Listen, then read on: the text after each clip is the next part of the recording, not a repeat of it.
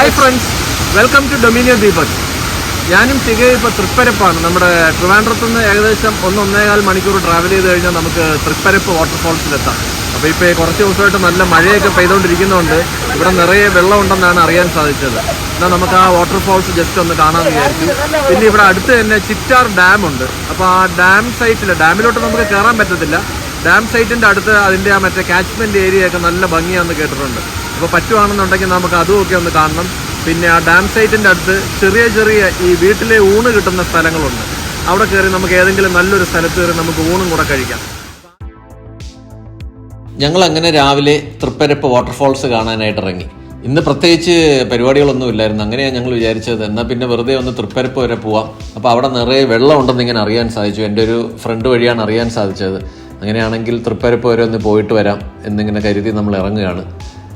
അപ്പോൾ ഇപ്പോൾ സമയം ഏകദേശം 10:30 മണിയായി. നമുക്ക് ഇവിടുന്ന് ഒരു 1-1.25 മണിക്കൂർ നേരത്തെ യാത്രയേ ഉള്ളൂ. 50 കിലോമീറ്ററാണ് ട്രിവാൻഡ്രത്ത് നിന്ന് 50 കിലോമീറ്റർ. ഈ തൃപ്പരപ്പ് എന്ന് പറയുന്നത് ശരിക്കും കന്യാകുമാരി ഡിസ്ട്രിക്റ്റിലാണ്. അവിടെ കുലശേഖരം എന്ന് പറയുന്ന ഒരു ടൗണിലാണ് ഈ തൃപ്പരപ്പ് വാട്ടർഫോൾസ് സ്ഥിതി ചെയ്യുന്നത്. അപ്പം നമുക്ക് എന്തായാലും അവിടെ ഒന്ന് പോയി നോക്കാം, എങ്ങനെയുണ്ടെന്ന് നോക്കാം. എന്നിട്ട് ഈ പറഞ്ഞ പോലെ അവിടെ നിന്ന് മറ്റേ ചിറ്റാർ ഡാം സൈറ്റിലുമൊക്കെ പോയി അതിൻ്റെ അടുത്ത് നല്ല ഫുഡൊക്കെ കിട്ടുമെന്ന് കേട്ടിട്ടുണ്ട്. പറ്റിയാൽ അവിടെ നിന്ന് നല്ല മീൽസും ഒക്കെ കഴിച്ചിട്ട് പതുക്കെ ഇങ്ങനെ തിരിച്ചു പോരാം. വലിയ ട്രാഫിക്കൊന്നും ഇല്ലായിരുന്നു. ഞങ്ങൾ ഏകദേശം ഒരു 1.25 മണിക്കൂർ കൊണ്ട് തന്നെ ഇങ്ങനെ തൃപ്പരപ്പെത്തി. അപ്പോൾ ഇവിടെ കണ്ടോ, ഇങ്ങനെ രണ്ട് സൈഡിലും ഇങ്ങനെ നിറയെ കടകളൊക്കെയാണ്. ഈ ടിപ്പിക്കൽ തമിഴ്നാട് സ്റ്റൈലിൽ തന്നെയാണ്. അപ്പോൾ ഈ വെള്ളം ഇങ്ങനെ കുത്തി ഒലിച്ചിങ്ങനെ വീണുകൊണ്ടിരിക്കുക കണ്ടോ. ഇവിടെ ഞാൻ ഇതിന് മുന്നേ ഇവിടെ വന്ന സമയത്ത് ഇതുപോലെ വെള്ളമൊന്നും ഞാൻ കണ്ടിട്ടില്ല. ഇതിപ്പം മഴയൊക്കെ കഴിഞ്ഞത് കൊണ്ടാണെന്ന് തോന്നുന്നു. നല്ല ഫോഴ്സിലാണ് വെള്ളം വീഴുന്നത്. കാണാൻ നല്ല ഭംഗിയുണ്ട്.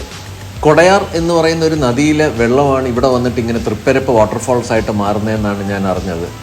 അതുപോലെ ഈ കാണുന്ന ഈ വാട്ടർഫോൾസ് ഇല്ലേ, ഇതിൻ്റെ ഈ നീളം എന്ന് പറയുന്നത് ഏകദേശം 300 അടിയുണ്ട്. അതുപോലെ ഇതൊരു 50 അടി പൊക്കത്തിൽ നിന്നാണ് ഈ വെള്ളം താഴത്തോട്ട് വീഴുന്നത്. അപ്പോൾ അതിൻ്റെ ഫോഴ്സ് നമുക്കൊന്ന് ഊഹിക്കാമെന്നുള്ളതേ ഉള്ളൂ. അപ്പോൾ അതുകൊണ്ട് തന്നെ ഇപ്പോൾ ഇത്രയും ഫോഴ്സ് ഉള്ളത് കൊണ്ട് തന്നെ ആരും ഇപ്പോൾ അതിൻ്റെ അടുത്തോട്ട് വിടുന്നില്ല. പിന്നെ ഇതിൻ്റെ സൈഡിൽ കുറേ ആൾക്കാർ നിന്ന് കുളിക്കുന്നൊക്കെ ഉണ്ട്. ബാക്കിയുള്ള ആൾക്കാർ ഇവിടെ വന്ന് നിന്നിട്ട് ഈ വെള്ളച്ചാട്ടം ഇങ്ങനെ കണ്ടിട്ട് പോകുന്നതേ ഉള്ളൂ. ഞാൻ ഗൂഗിളിൽ സെർച്ച് ചെയ്തപ്പോഴേ എനിക്ക് അറിയാൻ പറ്റിയൊരു കാര്യം എന്ന് പറയുന്നത്, ഇവിടെ മഹാദേവർ കോവിൽ എന്ന് പറയുന്ന ഒരു ശിവക്ഷേത്രമുണ്ട്. അപ്പം നമ്മളുടെ ഈ ശിവരാത്രി സമയത്ത് ശിവാലയ ഓട്ടം പോവില്ലേ, അപ്പോൾ അങ്ങനെ പോകുന്ന ആൾക്കാർ 3ാമത് വരുന്ന ശിവക്ഷേത്രമാണ് ഇവിടെയുള്ള ഈ മഹാദേവർ കോവിൽ എന്നാണ് അറിയാൻ സാധിച്ചത്. എനിക്ക് ഇതിന് മുന്നേ അത് അറിയത്തില്ലായിരുന്നു കേട്ടോ. ഞാൻ ഇതുവരെ ശിവാലയ ഓട്ടം പോയിട്ടില്ല. അങ്ങനെ പോയിട്ടുള്ള ആൾക്കാർക്ക് ഇത് കറക്റ്റായിട്ട് അറിയാമായിരിക്കും. അപ്പോൾ തൃപ്പരപ്പ് ഇങ്ങനെ ഒരു കാര്യത്തിനും കൂടെ ഫേമസ് ആണ്. അപ്പം ഞങ്ങൾ വന്നിട്ട് ഇപ്പോൾ ഏകദേശം 1 മണിക്കൂർ കഴിഞ്ഞ് കുറേ നേരം ഈ വെള്ളച്ചാട്ടം ഇങ്ങനെ കണ്ടുകൊണ്ട് നിന്ന്. നല്ല ഭംഗിയുണ്ട് കേട്ടോ ഇതിലൂടെ വന്നിന്ന് കാണാനായിട്ട്. നിങ്ങൾക്ക് പറ്റുമെങ്കിൽ ഇപ്പോൾ ഈ ടൈമിലൊന്ന് വന്നു കഴിഞ്ഞാൽ വളരെ ബ്യൂട്ടിഫുള്ളായിട്ട് ഈ ഒരു വെള്ളച്ചാട്ടം കാണാൻ സാധിക്കും.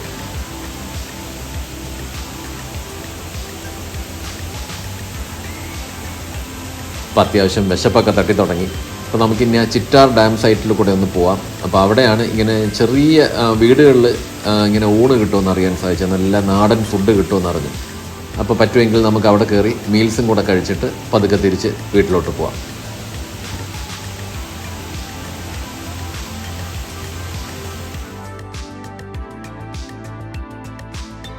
നമ്മുടെ നാട്ടിൽ ഈ ഉത്സവമൊക്കെ നടക്കുമ്പം അവിടെ ഈ കടകളൊക്കെ ഇങ്ങനെ വരില്ലേ, കൊച്ചു കൊച്ചു സാധനങ്ങളൊക്കെ വിൽക്കുന്നത്. അതുപോലെയുള്ള നിറയെ കടകളാണ് കേട്ടോ ഇവിടെ ഈ തൃപ്പരപ്പ്.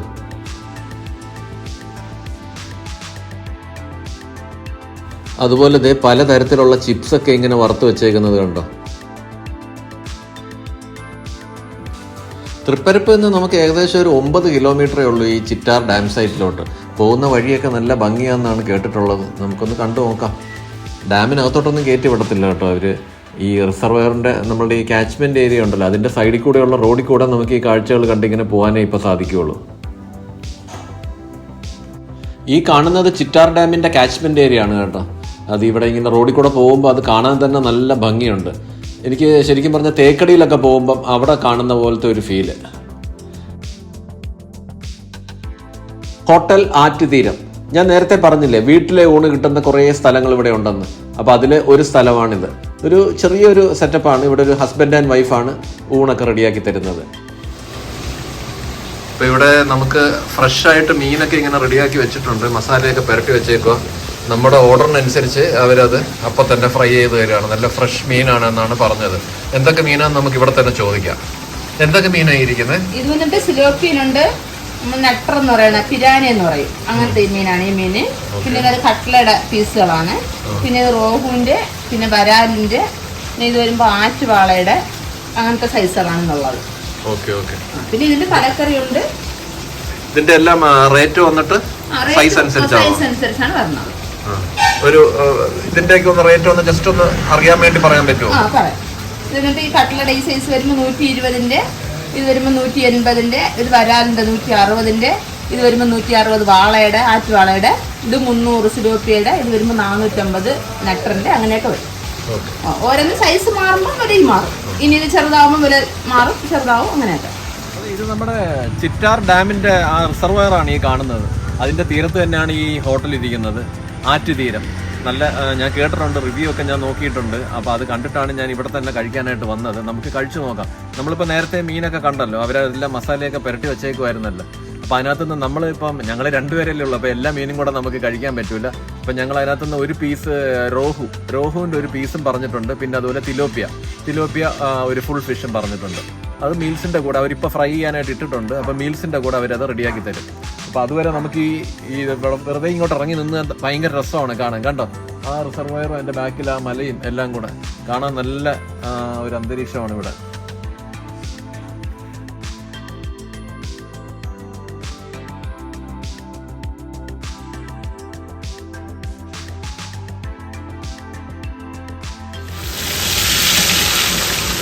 നമ്മുടെ മീൻ ഇങ്ങനെ റെഡി ആയിക്കൊണ്ടിരിക്കുകയാണ്. അതിങ്ങനെ മറിച്ചിട്ട് അതിൻ്റെ മറ്റേ സൈഡ് കണ്ടോ നല്ല അടിപൊളിയായിട്ട് വരുന്നുണ്ട്. ഇവിടെ നിൽക്കാൻ പോയാൽ നല്ല കിടിലം മണമാണ് കേട്ടോ, നല്ല സൂപ്പർ മണം ഇങ്ങനെ വരുന്നുണ്ട്. അതിങ്ങനെ മീനിങ്ങനെ മസാലയിൽ കിടന്ന് ഇങ്ങനെ ഫ്രൈ ആയി വരുന്നുണ്ട്. ഈ ഫ്രഷ് മീൻ ഇങ്ങനെ ചൂടായിട്ട് വറുത്ത് ചോറിൻ്റെ കൂടെ കഴിക്കുന്ന ഒരു പ്രത്യേക ടേസ്റ്റാണ്. അപ്പോൾ ഫിഷ് ഫ്രൈ ഒക്കെ റെഡി ആയെന്ന് പറഞ്ഞു. അപ്പോൾ അവർ ഇലയിട്ട് കഴിഞ്ഞിട്ട് സദ്യയ്ക്ക് വിളമ്പുന്നത് പോലെ തന്നെ കറികളൊക്കെ ഇങ്ങനെ വിളമ്പിക്കൊണ്ടിരിക്കുകയാണ്. എനിക്കാണെങ്കിൽ നല്ല വിശപ്പ്. അപ്പോൾ ഇങ്ങനെ ഓരോ കറികളായിട്ട് വരുന്നു. അതുപോലെ ചോറ് വിളമ്പി, നല്ല വെള്ളച്ചോറാണ് വിളമ്പിയത്.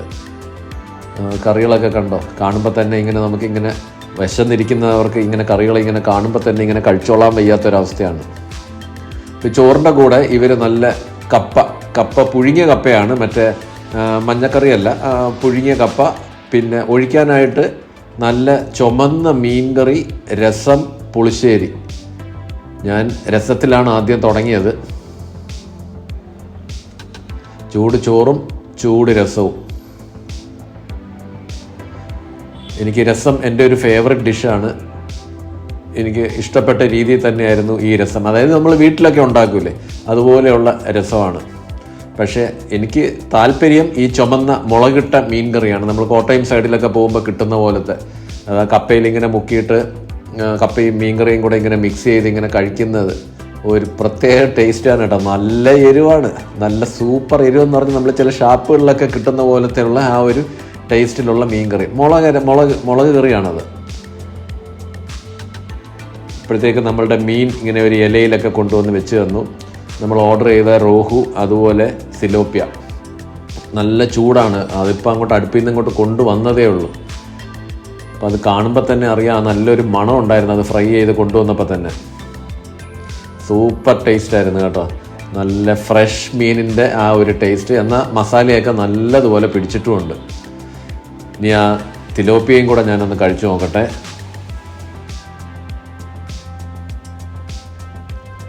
കണ്ടോ, എൻ്റെ മാംസമൊക്കെ കണ്ടോ, നല്ല ഇങ്ങനെ വെന്ത് നല്ല റെഡി ആയിട്ടിരിക്കുവാണ്. ഇത് ആ രോഹുവിനേക്കാളും കുറച്ചുകൂടെ ഡീപ്പ് ഫ്രൈ ആണ്. പക്ഷേ ടേസ്റ്റ് സൂപ്പർ കേട്ടോ, നല്ല കിടിലൻ ടേസ്റ്റുള്ള മീൻ.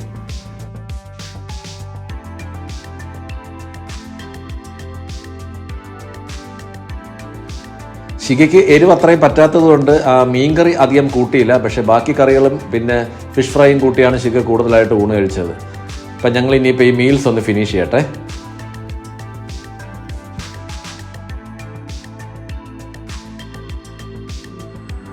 അപ്പോൾ നല്ല സൂപ്പറായിട്ടുള്ള ഒരു മീൽസ് കഴിച്ചു. നിങ്ങൾ കണ്ടല്ലോ ആ നല്ല ഇവിടുത്തെ ഡാം സൈറ്റിൽ നിന്ന് പിടിക്കുന്ന മീനാണ്. അപ്പോൾ അത് തന്നെ അവർ നേരത്തെ കൂട്ടി മസാലയൊക്കെ പുരട്ടി വെച്ചോണ്ടാന്ന് തോന്നുന്നു. നല്ല മസാലയൊക്കെ നല്ല പിടിച്ചിട്ടുണ്ടായിരുന്നു. 2 മീനും അതെ, നമ്മൾ വാങ്ങിച്ച രോഹു, ആ ഒരു പീസ് മീൻ ഉണ്ടായിരുന്നല്ലോ, രോഹു അതുപോലെ തന്നെയായിരുന്നു, തിലോപ്പിയും അതുപോലെ തന്നെയായിരുന്നു. നല്ല ടേസ്റ്റ് ആയിരുന്നു.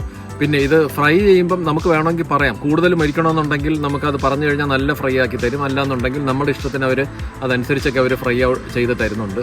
പിന്നെ അതിൻ്റെ കൂടെയുള്ള ബാക്കി കറികൾ, തൊടുകറികളും എല്ലാം വളരെ നല്ലതായിരുന്നു. അപ്പോൾ അതിനകത്ത് മീൻകറി അത്യാവശ്യം നല്ല എരിവുണ്ട് കേട്ടോ. നമുക്ക് ഈ ഷാപ്പിലൊക്കെ കിട്ടുന്ന പോലത്തെയുള്ള ആ മീൻകറിയാണ് അതിനകത്ത് നമുക്ക് തരുന്നത്. എരിവ് ഇഷ്ടപ്പെടുന്നവർക്ക് ഒരുപാട് ഇഷ്ടപ്പെടും. എനിക്ക് ഒരുപാട് ഇഷ്ടപ്പെട്ടു. എൻ്റെ വൈഫിന് എരിവ് കുറച്ച് പ്രശ്നമുള്ളത് കൊണ്ട് ഇച്ചിരി എരിഞ്ഞു, പക്ഷേ എന്നാലും ടേസ്റ്റ് ഉണ്ടായിരുന്നു കേട്ടോ.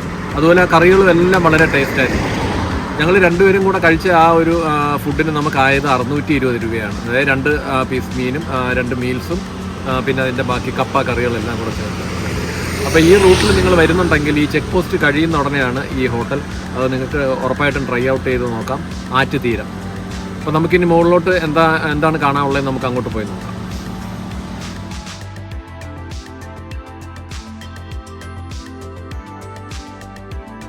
നല്ല കാം ആൻഡ് പീസ്ഫുൾ ആയിട്ടുള്ള സ്ഥലം.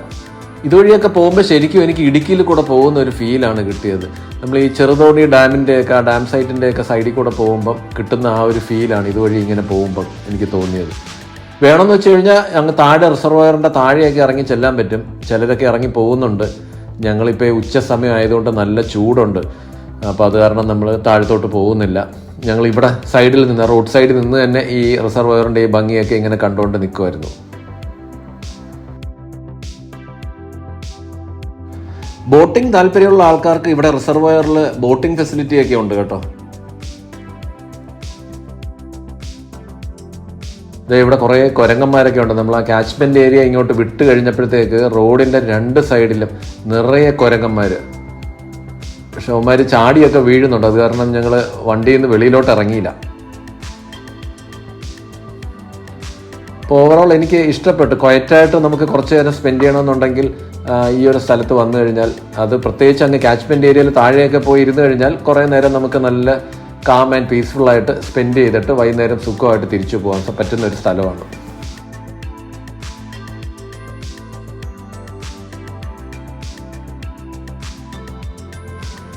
Welcome to Kerala. ആ ബോർഡ് കാണുമ്പോൾ ഒരു ആവേശമാണല്ലേ.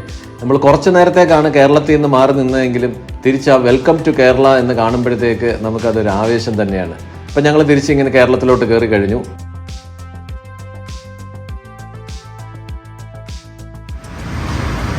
അപ്പം നമ്മളുടെ ഡാം സൈറ്റിലെ കാഴ്ചകൾ കണ്ടല്ലോ അല്ലേ.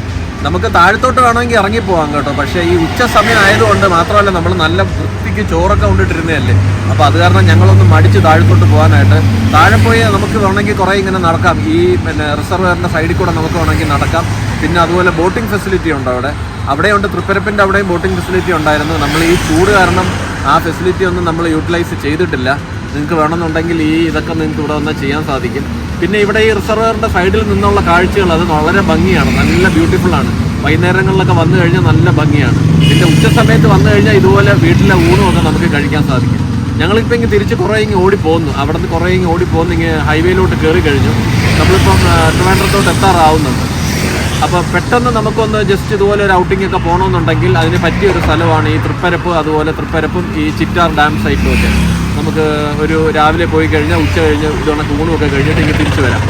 അപ്പോൾ ഈ വീഡിയോ എല്ലാവർക്കും ഇഷ്ടപ്പെട്ട് കാണുമെന്ന് വിചാരിക്കുന്നു. നിങ്ങൾക്ക് വീഡിയോ ഇഷ്ടപ്പെട്ടെങ്കിൽ ലൈക്ക് ചെയ്യണം, ഷെയർ ചെയ്യണം, നിങ്ങളുടെ വിലയേറിയ കമൻറ്റ്സ് നൽകണം. അപ്പോൾ മറ്റൊരു അടിപൊളി വീഡിയോയുമായിട്ട് ഞാൻ വീണ്ടും വരുന്നതായിരിക്കും. Till then bye bye.